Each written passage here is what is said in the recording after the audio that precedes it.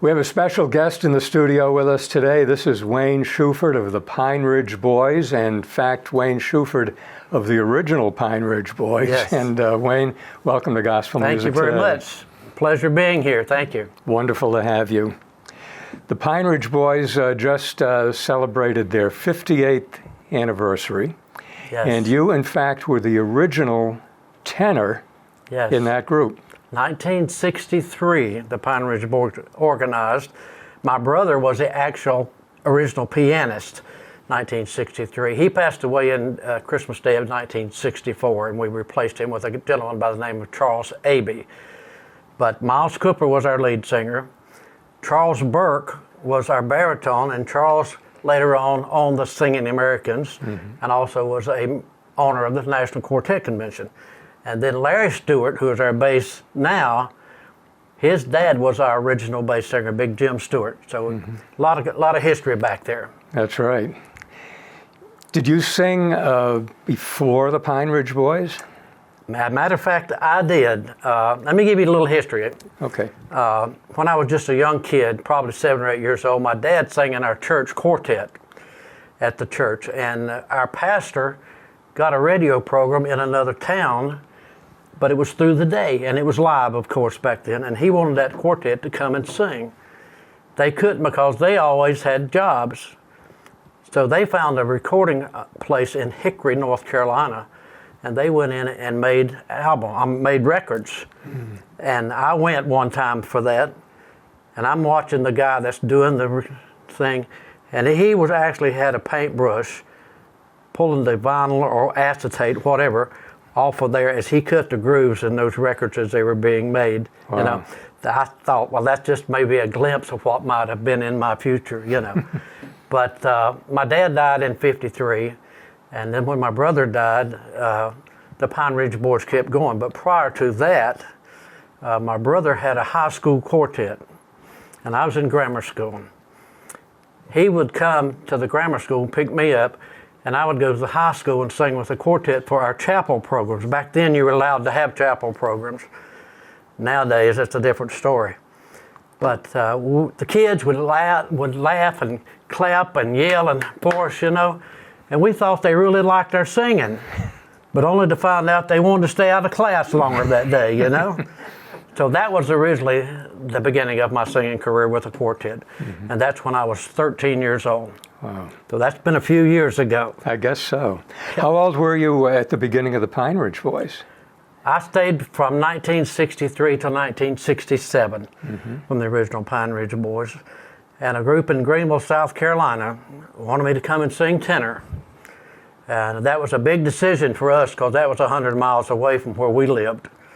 And the Pine Ridge Boys were at the Quartet Convention in Memphis that year. And a gentleman by the name of Jack Clark actually played piano for us that year there. And we got back into town and they wanted me to drive Jack by his house. And on the way I told him what I was thinking about the transition from the Pine Ridge to the Trav'lers. And he said, man, is it going to make you better professionally with your career and this and this and this and that? He gave me 2 or 3 things. So he was a big reason I made the decision with what he said to go with the Trav'lers. Stayed with the Trav'lers for 45 years. It's a long time, but I made some real good friends. And we retired the Trav'lers in 2012. The next year, Larry Stewart came by my house to pick up CDs that we had made for him. And he said, my baritone quit last night. That was on a Monday. And said, I've called 2 or 3 people. We're leaving Wednesday for 10 days.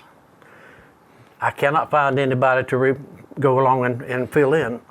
He never one time asked me to fill in. As he was leaving, I said, hey man, if you can't find anybody, call me and I'll go and try to help you. Baritone, been singing tenor. And he said, okay. Well, Tuesday came, I got no call. I said, thank God, I don't have to go.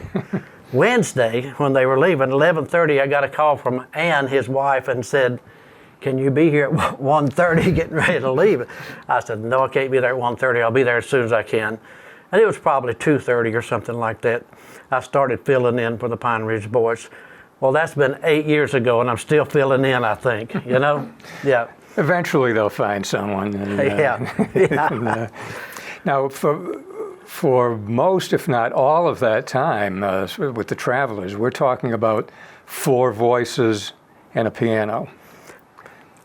Most of the time, in the latter years of the Trav'lers, we were using tracks. The Trav'lers had some great pianists during that period of time. Otis Forrest, absolute awesome piano player.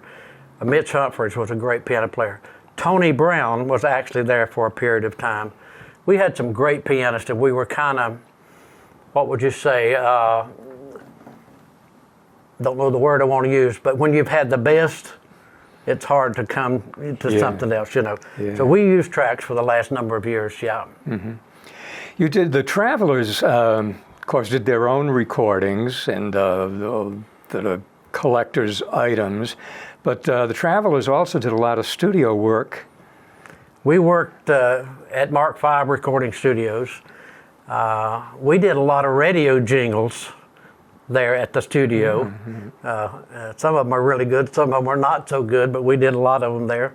And we did some backup vocals for some people that come in, soloists and things like that. We did a backup vocals for Bob Thacker, but we did the backup vocals on that and some other stuff. We actually did some backup vocals on a few country things there as well, and that was interesting. But yeah, we worked at Mark V quite a bit back then. Yeah, that was the big recording studio back in the day. I think every gospel group in that day had recorded at Mark V. Yeah. Great guys to work with down there. Yeah, the Huffman brothers, Mike Burdett, yeah.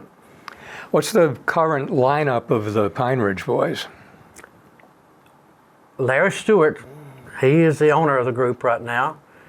He's the bass. Of course, I'm the baritone. A young man by the name of Stephen Krapps. He is our lead singer. He's been there about 4 or 5 years now, I think. Stephen is 26 years old. The tenor is a young man from over around Clemson, South Carolina, Steve, and he's been with us for about a year now, getting close to a year. And we have a great young pianist with us now called Zach, and Zach is an awesome piano player, and he's a great singer as well, Zachary. And so if you get a chance, come out and hear the Pine Ridge Boys. You'll enjoy the vocals and the piano playing. You have a live DVD and a live CD. Is that the newest project? No, we actually do have one called Concert Favorites. All right. And it's some of the good things that we did years ago, and we went back and re-recorded them. And it's a good CD, good quality CD, and some great songs on it. Yeah. That was a great program the other night. We enjoyed it. You had your special guests, the Inspirations. Yes. And it was really, really a nice night. Some great young men in the new Inspirations. Yeah.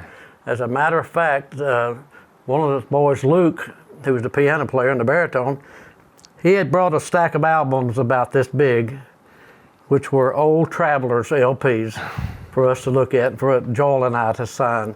So that was really a pleasure for us to do that and talk to him about the Trav'lers from back when. And the Pine Ridge Boys will be on the road to Pigeon Forge in a few months to sing at the National Quartet Convention. National Quartet Convention will be there. I'm not sure what day we're supposed to sing, but we're going to be there all week. Yeah. It's going to be a great week. Yep. Yeah. That's still a great event. It is. It is. I sang at the Quartet Convention in Memphis at Ellis Auditorium with the Pine Ridge Boys. The Trav'lers sang at Ellis Auditorium there one year. And a great story, I think. The Trav'lers back then gave S&H green stamps with the sale of our LPs. Serious. We were riding down the road one day and we got stopped by a policeman. And we had to drive to the police station because Tom was speeding. And he came back after paying his thing they charged him with. And just as soon as he got back in there, somebody said, "Hey, did you get your green stamps?" And from then on, that was a key. We started giving S&H green stamps. When you walked in the setup room at Ellis Auditorium, it was nothing as big as they got now anywhere. You came in, it went around this way, and we were in the far end of that setup room.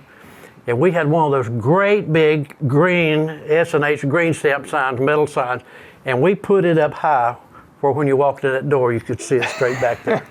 Yeah, that was good. All right, you can't beat that. That's right. It's a good deal.